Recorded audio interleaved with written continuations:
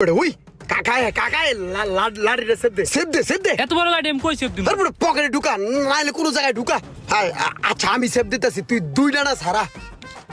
কি একটা ঝামেলা সৃষ্টি করছে। হেলকে থাকি আমার নানান পদে ঝামেলা সহ্য করতে হয়। কাকা আসসালামু আলাইকুম। ওয়ালাইকুম আসসালাম। ভালো আছো বাবা? জি কাকা ভালো আছি। কাকা কই যেতেছেন এদিকে? যাই মাথায় যামু একটা কাজে। ও কাকা গাড়ি কিনছি, মিষ্টি পাড়াই দিছিলাম বাইতে, বুঝছেন? আর যাইতেছেন যেহেতু সামনে, চলেন দিয়েহি। না সমস্যা নাই, তুমি থাকো, আমি যাই। আরে কাকা এটা কোনো কথা কইলেন? কতবার তো অ্যারেস্টেড তুন বাঁচাইছেন, কত হেল্প করছেন, কত বিপদ আপদ রক্ষা করছেন না।